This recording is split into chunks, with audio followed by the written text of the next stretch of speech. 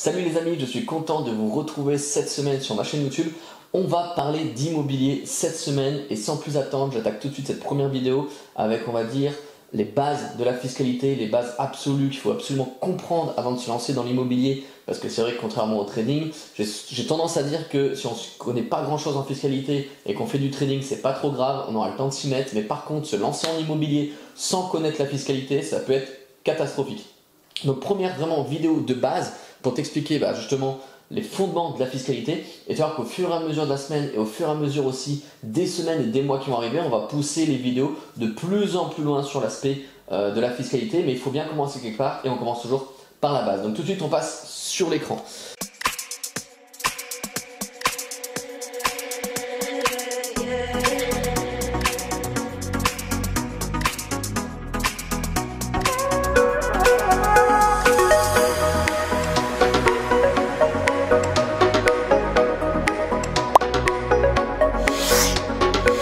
Donc vraiment la fiscalité en immobilier, déjà qu'est-ce que c'est? Et bien en fait la fiscalité immobilière regroupe l'ensemble des pratiques relatives à la perception des impôts immobiliers, tout simplement. Donc les revenus locatifs sont imposables, bien entendu, mais la fiscalité immobilière admet un grand nombre de dispositifs dans le but d'alléger justement considérablement la facture fiscale du propriétaire. On appelle ça justement ta fourchette d'imposition, ta fourchette imposable en fait. Et le but c'est d'alléger le plus possible cette fourchette imposable pour que l'État en fait en prenne le moins possible, tout simplement. Il est donc important de bien connaître cette fiscalité afin de minimiser souvent une imposition souvent lourde. Donc comment cela fonctionne? Pour faire très simple, on va déjà avoir le régime quand nous sommes, on va dire, en nom propre et quand nous sommes en société. C'est pour ça que tu vois mon écran qui est divisé en deux pour vraiment dissocier ces deux, on va dire, ces deux principales familles. Quand tu es en nom propre, le premier choix qu'il va falloir faire, c'est est-ce que tu veux décider de louer ton logement en meublé ou est-ce que tu veux décider de louer ton logement en non meublé.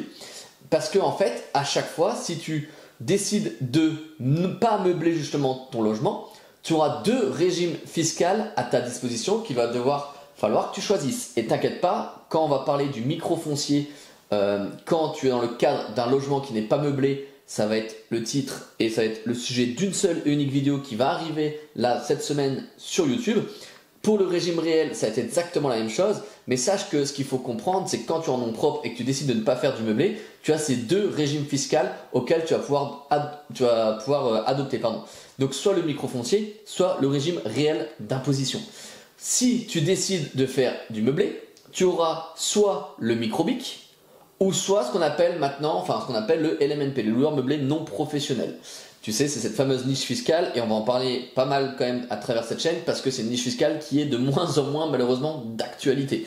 Pourquoi? Parce que les plafonds dans lesquels on pouvait faire de l'argent justement diminuent. Il y a pas mal de choses qui rentrent en compte et qui font que ça de moins en moins avantageux d'être dans le LMNP, même si ça reste encore très avantageux parce qu'on va bénéficier justement du régime d'imposition du particulier en cas de revente, mais aussi avec des exonérations et avec des amortissements comme si on était en entreprise, alors que nous sommes finalement qu'en nom propre, parce que là, tu as vu, je te parle vraiment que de la partie non propre.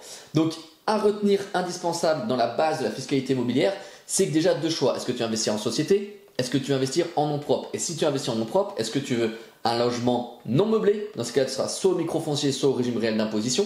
Si tu veux un logement meublé, tu seras soit au microbic, soit au LMNP. Dans le cadre où tu veux créer une société, sache que déjà une SCI, tu ne peux pas créer une société civile immobilière seule. La SCI à la base a vraiment été créée pour la transmission du patrimoine de père en fils, de mère en fille, de grands-parents en petits-enfants, etc. C'est-à-dire que c'est souvent des familles qui sont donc plusieurs personnes qui créent la SCI dans le but de mettre des biens immobiliers dedans et que ça crée généralement un patrimoine familial. Donc ça c'est le côté classique de la SCI. On parlera de la SCI à l'IS, donc à l'impôt sur les sociétés, la SCI à l'IR, à l'impôt sur le revenu, mais tout cela fera aussi forcément office d'une vidéo beaucoup plus concrète, parce que tu te rends compte qu'il y a beaucoup de choses à dire en fiscalité immobilière, et je préfère que justement ce soit facile pour toi de tout de suite aller dans le sujet qui t'intéresse, alors que imagine si je mets tout ça dans une seule vidéo, la vidéo elle serait très longue, et ça serait chiant pour toi de chercher vraiment le sujet qui t'intéresse. Donc c'est pour ça qu'à chaque fois je vais séquencer chaque thématique par une vidéo bien précises en fait, tout simplement. Donc la SCI, donc c'est vrai qu'on voyait souvent que c'était souvent pour constituer un patrimoine familial, même si maintenant ça se fait ça se fait de plus en plus encore dans le côté patrimoine familial, mais aussi dans le côté aussi amical, dans le côté business, dans le côté travail, dans le côté avec des associés. Si aussi par exemple tu as, je sais pas, une société, une holding qui ramène pas mal de cash, où tu veux justement envoyer ce cash là sur ta SCI, il y a pas mal de petites choses qui se mettent en place.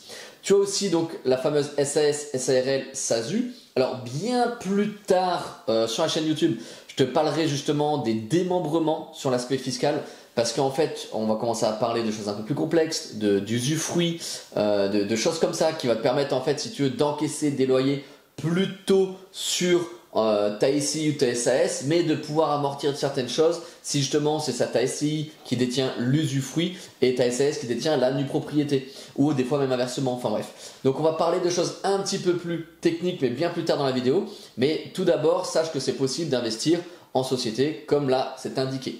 Et le LMP, donc le loueur meublé professionnel, on en parlera aussi. Ça peut être très intéressant de passer aussi en loueur meublé professionnel plutôt que de créer une société à part entière.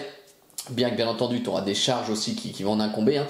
Mais voilà, on fera office et on parlera de tout ça. Donc écoute, c'était vraiment une vidéo d'introduction pour toi, pour t'aider justement déjà à comprendre ces grands principes de la fiscalité immobilière, de savoir que tu peux investir soit en nom propre, soit en société. Si tu es en nom propre, tu peux soit faire du meublé ou du non meublé. C'est déjà pour fixer les bases et moi je te retrouve demain sans plus attendre pour continuer justement à t'expliquer un petit peu plus la fiscalité immobilière. A tout bientôt, ciao ciao.